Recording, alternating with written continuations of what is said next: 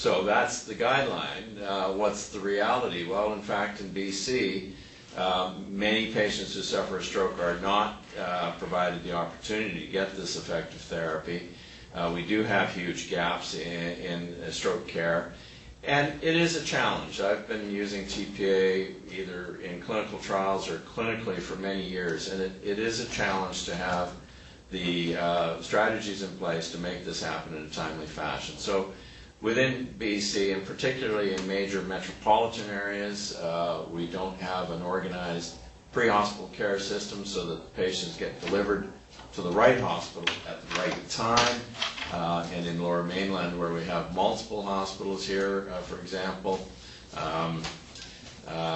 we do need to organize hospital diversion policies, ambulance diversion policies, bypass policies, and so on.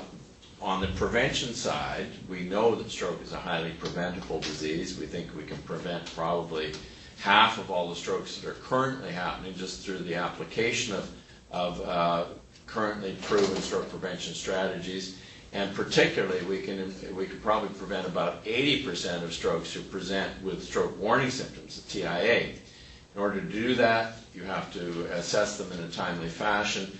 And this is one of our next gaps, which is the access to rapid TIA assessment, investigations, and treatment. This is best provided in an organized system such as TIA clinics, and we have some in BC, but we clearly need more. As far as the delivery of TPA in the province of BC, less than 5% of eligible patients are currently getting access to this therapy, and that unfortunately is a shame.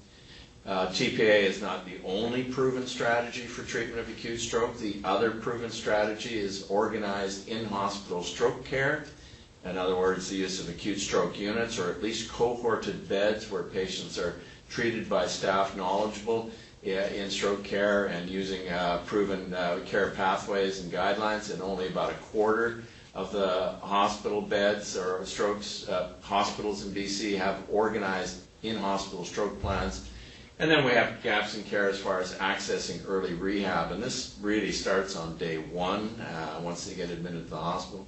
Early mobilization, removal of catheters as quickly as possible, assessment of feeding and swallowing, and early activation, and then on to formal rehab. So we do have many gap cares in British Columbia that require our attention.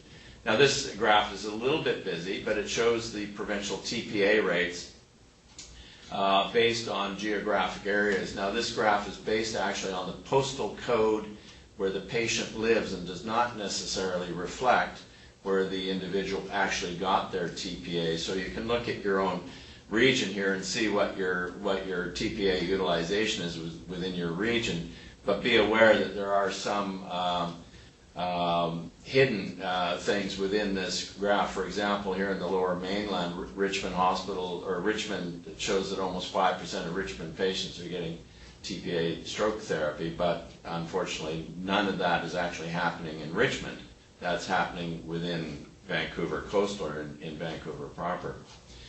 So we have a long ways to go as far as the access to TPA care for the citizens of BC. Why is this? Well, it's difficult. It requires local champions. It certainly requires stroke expertise.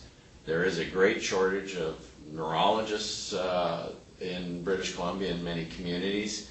Internists and emergency physicians are, of course, capable of developing the skill set if they don't already have it, but there has been some resistance to this, and we obviously have to work on that.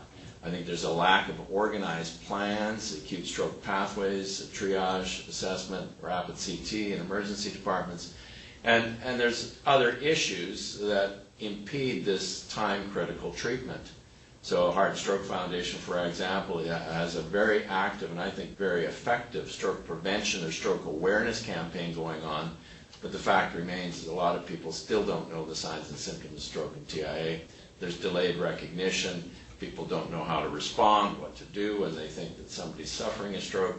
And then there's just the geographic facts of living in this huge province that we live in and variability in access to services. So there's a variety of other reasons. Not all strokes that hit the door, of course, are eligible for TPA. And this is actually data from the BC Stroke Strategy showing that there's a variety of reasons why people who, even if they get to the emergency department in time, may not be eligible. Sometimes the deficits are too mild or rapidly improving.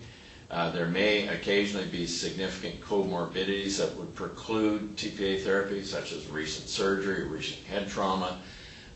You do have to get a CAT scan done in a very timely fashion without delay, and that is a challenge for some of our hospitals, particularly after hours and on weekends. There's delays internally with the triage and assessment of stroke patients within emergency departments, and of course stroke can declare itself with a variety of symptoms, and some of the stroke symptoms are not immediately recognized as a stroke syndrome. There are exclusion criteria for TPA, and we are quite religious about following the majority of the exclusion criteria. Some people would say that some of the patients are too elderly. We don't put an age limit or an age barrier on TPA at our hospital. Most active stroke centers do not. Consent is rarely an issue, but there are some reasons, obviously, why patients getting there early do not get treatment.